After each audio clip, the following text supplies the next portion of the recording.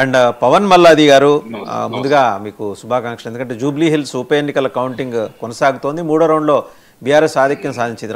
మూడో రౌండ్కి వచ్చేప్పటికి బీఆర్ఎస్కి 12,503 ఓట్లు, కాంగ్రెస్కి 12,292 వచ్చాయి. దీంతో బీఆర్ఎస్ 211 ఓట్ల మెజార్టీ సాధించింది. ఓవరాల్గా కాంగ్రెస్ 6,047 ఓట్ల లీడ్లో ఉంది. సో మీకు కొంచెం ప్రామిసింగ్గా కనిపిస్తుంది.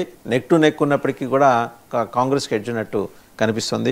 టు స్టార్ట్ విత్ ముందర జూబ్లీ హిల్స్తో మాట్లాడి, జూబ్లీ హిల్స్లో మీరు కనిపించిన మీ ప్రభ బీహార్లో ఎందుకు వెలవెలపోతుందో కూడా చెప్పాలి పవన్ గారు.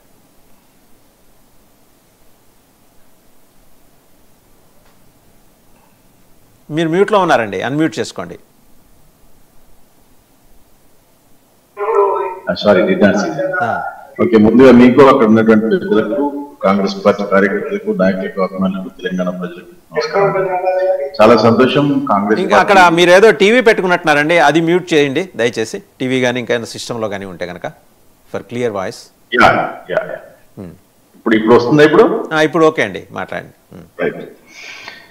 సో రెండో బై ఎలక్షన్ కాంగ్రెస్ పార్టీ ప్రభుత్వం చేపట్టిన తర్వాత వచ్చినటువంటి రెండో బై ఎలక్షన్, మొదటిదేమో కంటోన్మెంట్ బై ఎలక్షన్ లో కాంగ్రెస్ పార్టీ అద్భుతంగా విజయం సాధించిన రెండో బై ఎలక్షన్ జూబ్లీ హిల్స్ లో మాగంటి గోపీనాథ్ గారి మరణం విచారకరం. వారి భార్య సునీతాదేవి గారికి టీఆర్ఎస్ ఇచ్చినటువంటి వేణు, కాంగ్రెస్ పార్టీ నవీన్ యాదవ్ గారికి యువకుడికి కంటెస్ట్ చేసిన అతనికి కాంగ్రెస్ పార్టీ టికెట్ ఇవ్వడం, 407 బూతుల్లో 10 రౌండ్లలో కాంగ్రెస్ పార్టీ 3 రౌండ్స్ చేసినట్టు ఇప్పుడైతే అఫీషియల్ గా అన్అఫీషియల్ గా తెలుస్తోంది.